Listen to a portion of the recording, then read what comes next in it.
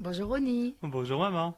Alors on arrive à Shavuot, on arrête de compter, ça y est. Ça y est, on a fini de compter, on est arrivé à Shavuot. Et Shavuot, c'est vraiment une fête intéressante parce que c'est la seule fête qui n'a pas de date. Ça veut dire que si Pessah a une date, Sukkot a une date, Rosh Hashanah a une date, toutes les fêtes ont une date. Et Shavuot, c'est la seule fête qui n'a pas de date. Et comment ça se fait? C'est le 50e jour après Pessah. Donc, elle est liée, c'est une fête qui est complètement liée à une autre fête.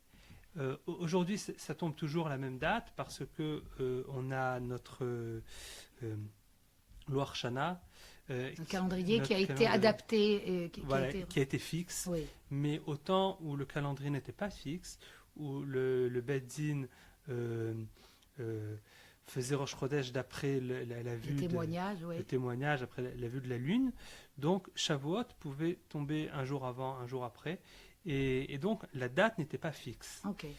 Et c'est pas pour rien. Ça veut dire que quand la Torah nous dit que Shavuot n'a pas de date, que Shavuot en fait est lié à Pessah, ça veut dire que il y a un rapport entre Pessah et Shavuot. Un peu comme un cordon ombilical entre Pessah et Shavuot. Exactement. Exactement. Ouais. Et ce cordon-là, on le coupe pas. Ah bah bien sûr. Et donc, en fait, Pessah, c'est la naissance du peuple d'Israël. Et Shavuot, c'est la Torah. Donc, en fait, c'est la Torah, a- elle est là pour Israël. C'est-à-dire qu'elle est donnée que pour que un Israël puisse l'exercer.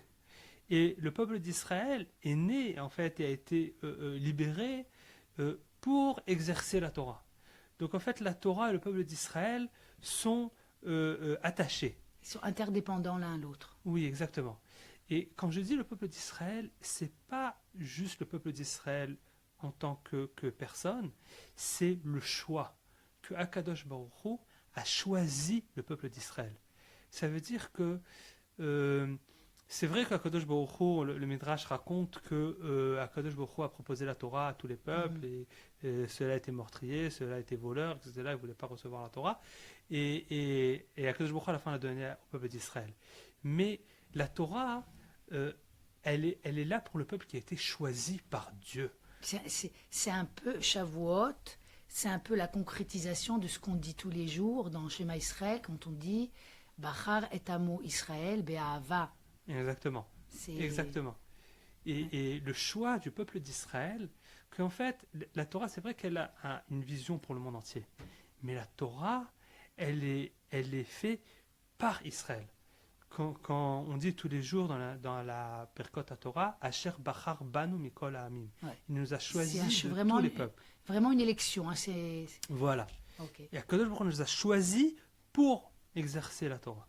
C'est pour ça donc qu'on appelle, c'est un des noms de Shavuot, c'est Shavuot, c'est les semaines. Exactement. Les semaines qui en fait, qui attachent le choix du peuple d'Israël, la naissance du peuple d'Israël avec la Torah. Comme si chaque semaine c'était un anneau en fait. Exactement.